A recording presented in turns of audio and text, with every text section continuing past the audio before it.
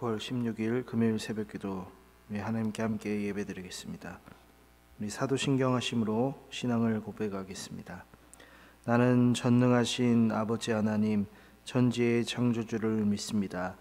나는 그의 유일하신 아들 우리 주 예수 그리스도를 믿습니다.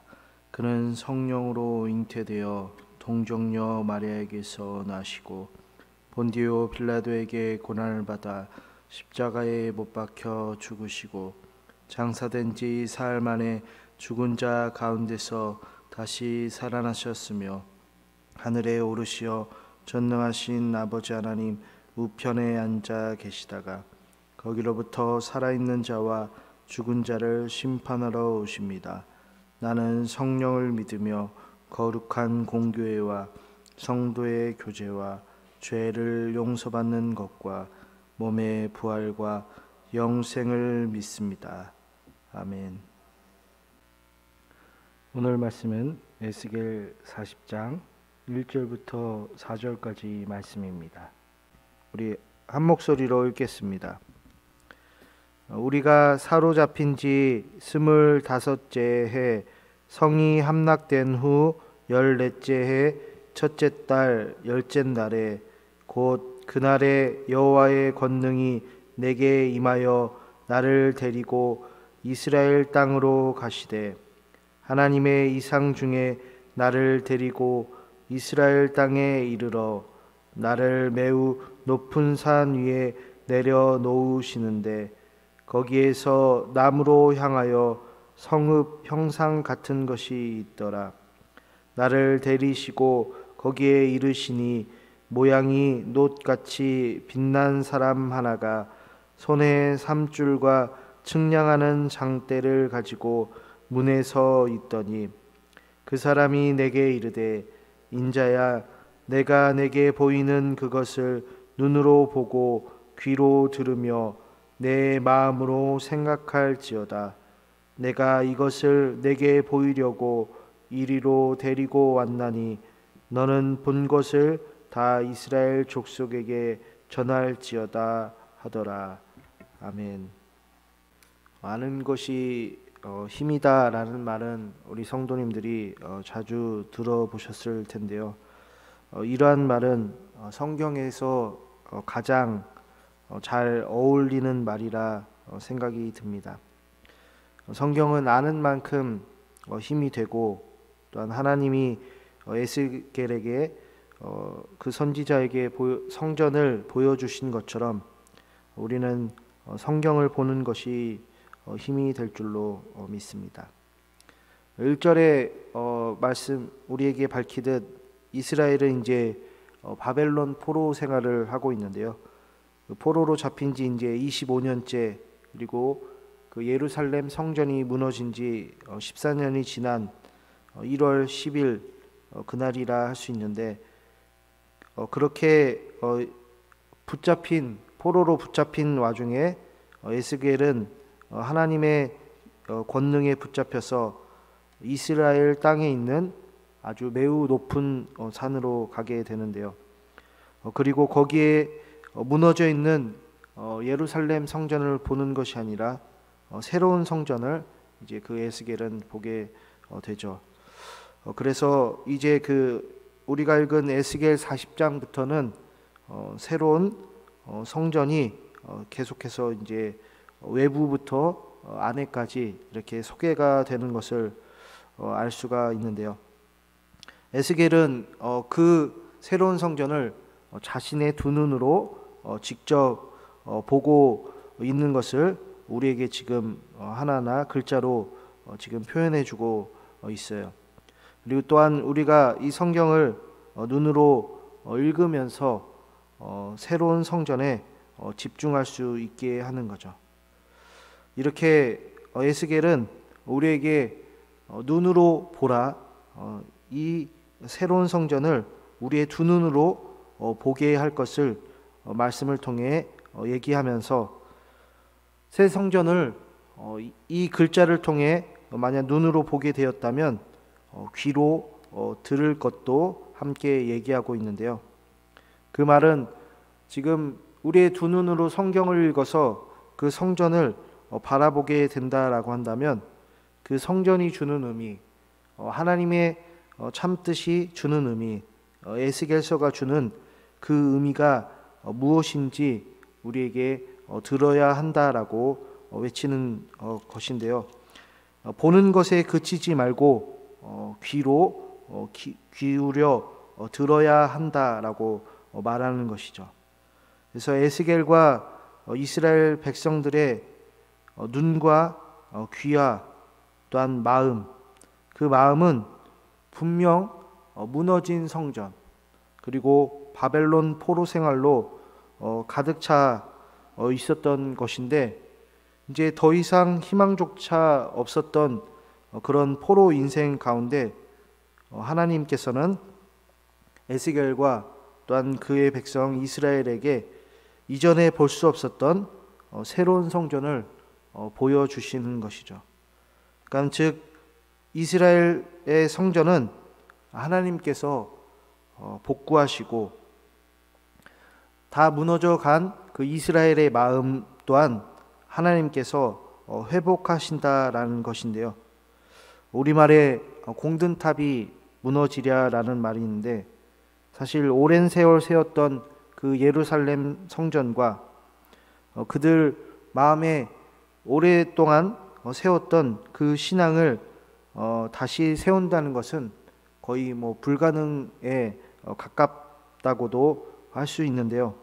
그런데 바벨론 포로 생활로 이제 그 이스라엘 백성들은 그 땅에 있지도 않는 거죠. 그런 그들의 귀에는 바벨론에서 들리는 그러한 소리만 있었고, 그들의 입술로는 회복을 말해야 되는데 회복이라는 정말 희망을 잡아도 되는 것일까라는 마지막 어떤 기회도 과연 그들에게 있는가라는 의구심이 있을 때 하나님께서는 에스겔에게 그 새로운 성전을 보여주시고 그리고 말로 들려주시고 또한 마음으로 생각하게 하시는 거죠. 그래서 하나님의 음성을 들은 자는 마음으로 생각해야 한다라고까지 얘기하는데, 그 말씀이 4절 말씀인데요. 그 사람이 내게 이르되 인자야 내가 내게 보이는 그것을 눈으로 보고 귀로 들으며 내 마음으로 생각할지어다 라고 말하는 거죠. 우리는 성경을 눈으로 보고 또한 귀로 들은 후에 마음으로 생각할 수 있다라고 얘기를 하고 계신 건데, 하나님의 뜻이 무엇인지 보고 들은 후에 이제는 우리는 우리의 머릿속으로 우리의 마음으로 어떻게 살아갈지를 생각한다는 것이죠. 그러니까 우리의 생각이 이스라엘처럼 그 바벨론과 같은 그런 위험만 생각하면 그 생활에 안주하며 그냥 주저앉고 살게 될 것인데요. 근데 하나님은 지금 에스겔을 통해서 이스라엘의 눈과 귀를 다시 열고 생각을 열어서 앉아있던 그리고 주저앉아 있던 그러한 이스라엘을 다시 일어서게 하시는 것이죠. 마음이 꺾인 사람은 결코 일어나지 못하는데 다른 사람의 행동과 말은 결코 들리지 않을 텐데요. 오로지 내 상황에 흘러가는 대로 그저 그렇게 살 뿐이죠. 하지만 하나님은 에스겔과 우리를 매우 높은 곳으로 이제 초대하셨음을 잊지 말아야 할 텐데요. 우리의 시야가 하나님의 시야로 바뀌길 지금 하나님은 원하시는 거죠. 우리의 상황을 그냥 이 땅에서 보고 있으면 여기에 그냥 머무를 텐데, 우리를 높은 곳에서 보고 듣고 또한 생각하길 하나님은 원하신다는 거죠. 하나님은 우리에게 새 희망을 안겨주실 때 그 새 희망을 이 땅에서 보게 하시지 않고 정말 새 하늘, 하나님이 보는 그 시야에서 새 희망을 안겨주신다라고 오늘 말씀에 소개되고 있어요. 이 새 희망, 새 성전, 그것은 다름 아니라 신약에 나오는 우리 오직 예수 그리스도라 할 수 있는데요. 예수로 다시 사는 삶은 이제 좌절할 수 없는 삶이라는 것이죠. 거기서 일어설 수 있다라는 건데요. 예수를 보았기 때문에 일어설 수 있고, 예수님께서 우리의 손을 잡아주셔서 우리를 일으켜 세우시기 때문에 우리는 일어날 수 있다라는 것이죠. 그리고 그리고 우리를 일으켜 세우신 그 예수를 우리의 희망에서 끝나는 것이 아니라 그 희망을 다른 사람에게 말로 전해 주어야 한다라고 4절에 계속해서 얘기를 하고 있어요. 내가 이것을 내게 보이려고 이리로 데리고 왔나니 너는 본 것을 다 이스라엘 족속에게 전할지어다 하더라. 나를 회복시키시고 그리고 교회를 회복시키시는 이는 오직 예수 그리스도임을 잊지 마시고 상황에 굴복하지 마시고 우리를 일으켜 세우시는 그 예수를 통해서 하나님의 힘 또한 우리의 힘을 누리시는 우리 성도님들 될 수 있기를 간절히 축복합니다. 하나님 아버지, 오늘도 주의 말씀을 이 새벽에 들려주시니 참으로 감사합니다. 에스겔과 이스라엘 백성들 마음속에 희망이 없던 가운데 하나님 참 희망, 참 소망, 새 성전을 보여주시고 또한 예수 그리스도로 말미암아 일어설 수 있게 해주시니 진심으로 감사를 드립니다. 하나님, 우리 성도님들 어려움 가운데, 힘든 가운데, 정말 낭망하고 넘어져서 엎드려 있는 가운데 그냥 고아와 같이 버려두지 마시고 하나님 아버지의 또한 그 부모 되심의 손길로 우리를 일으켜 세우셔서 또한 우리가 힘차게 그 하나님의 희망 예수 그리스도로 말미암아 정말 은혜로 살기를 간구합니다. 우리 성도님들에게 날마다 힘을 주시고 또한 능력을 주시고 하나님을 향하여 그 하나님을 의지하는 정말 마음을 허락하여 주옵소서. 예수님 이름으로 기도합니다. 아멘. 하늘에 계신 우리 아버지, 아버지의 이름을 거룩하게 하시며 아버지의 나라가 오게 하시며 아버지의 뜻이 하늘에서와 같이 땅에서도 이루어지게 하소서. 오늘 우리에게 일용할 양식을 주시고 우리가 우리에게 잘못한 사람을 용서하여 준 것 같이 우리 죄를 용서하여 주시고 우리를 시험에 빠지지 않게 하시고 악에서 구하소서. 나라와 권능과 영광이 영원히 아버지의 것입니다. 아멘.